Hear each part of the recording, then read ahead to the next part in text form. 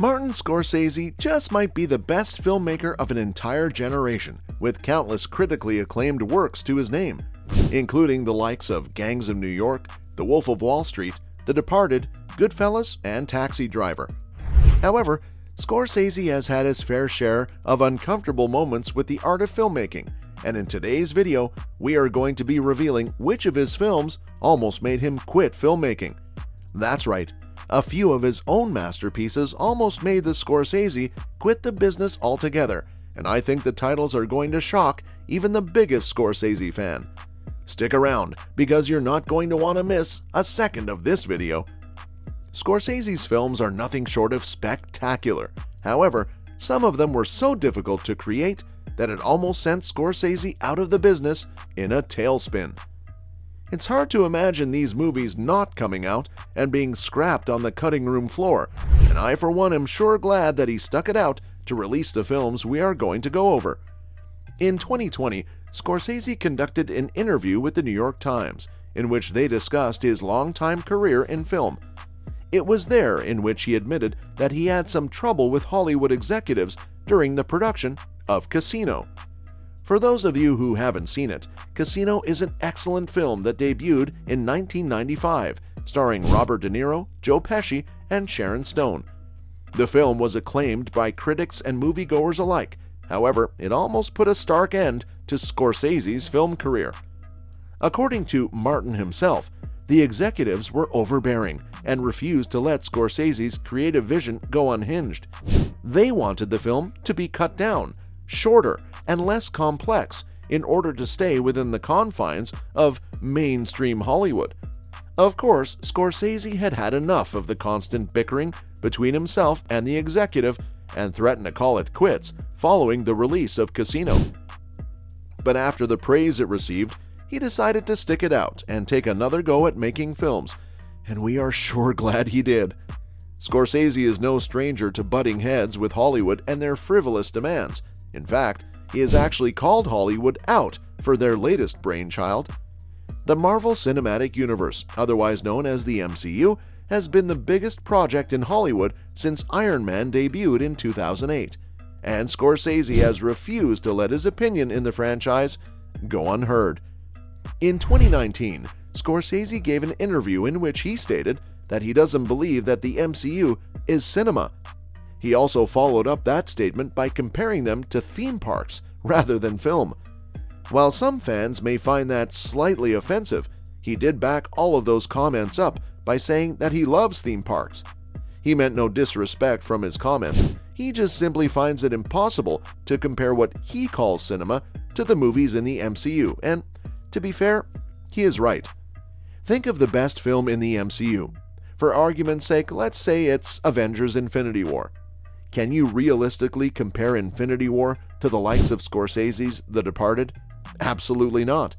The Departed is one of the best cinematic masterpieces of all time, whereas Infinity War is a spectacle unlike no other, but really not cinema in the same way as The Departed is. Does that mean Infinity War is bad? No, it just means that it's not cinema in the classic sense. It's things like this that make Scorsese an amazing filmmaker, but a tough man to get along with in Hollywood. And it seems like most Hollywood executives would agree with that statement, as he has gotten into more scuffles other than the one he had with executives over Casino. In 2004, Scorsese put out The Aviator, starring Leonardo DiCaprio. And while the film was beloved by many, it almost didn't come out, and it once again almost derailed Scorsese's career. The issues with the studio heads and Hollywood executives didn't arise on the set of The Aviator until the last 2 weeks of editing and sound mixing, according to Scorsese. He stated that, "If this is the way you have to make films, then I'm not going to do it anymore." The issue seems to be the fact that the Hollywood executives wanted the film to once again be shorter and less complex in order for the film to appeal to a wider audience. Of course, Scorsese has never once cared about the scope of the audience. He just wants to make a great piece of art. Normally, that art does appeal to a wide enough scope, especially with movie critics, which is what baffles me most about his run-ins with Hollywood higher-ups. Think about it. Scorsese has pumped out hit after hit after hit with essentially no flops in the mix, right? So why are people doubting him, especially the people he has made billions of dollars for? When asked about his experience with Hollywood executive wit, the creative process on The Aviator, he said, "It's like being in a bunker and you're firing out in all directions. You begin to realize you're not speaking the same language anymore and you can't make pictures anymore. It baffles me that so many people want to go to war with Scorcese when it comes to making films.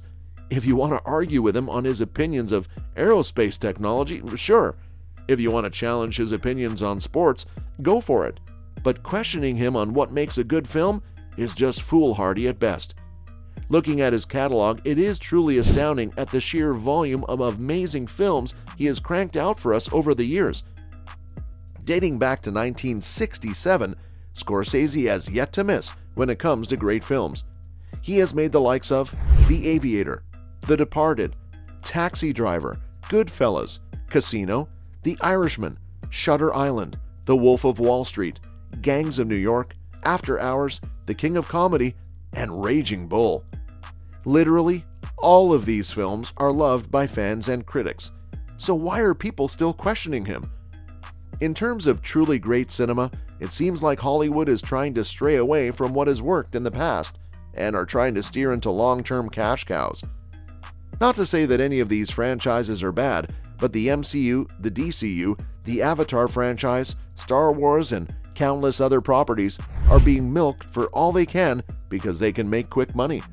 So this begs the question, with the rise of franchise and connected universes, how long before Scorsese really does quit filmmaking altogether? If he was close to quitting back then, he must be right on the precipice of calling it a career now, right?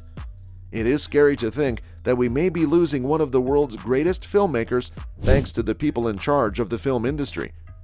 Of closure, this may not be the case at all, and we could be in for a few more Scorsese hits. In fact, he is releasing a new film later this year titled Killers of the Flower Moon. Robert De Niro and Leonardo DiCaprio are set to join their longtime film partner for this film, so it should be a popular film when it finally releases. Unfortunately, his last few films, while all critical darlings, have been box office flops. Is there a chance that this is the last straw for Scorsese? I guess we will find out later this year when it releases. That's all we have for you guys today on the channel. Thank you so much for tuning in. What do you think of Martin Scorsese? Which of his films is your favorite? Let us know in the comments section below. Don't forget to leave a like on the video and to subscribe to the channel while you're at it. We hope you enjoyed today's content, and we will see you all in the next video.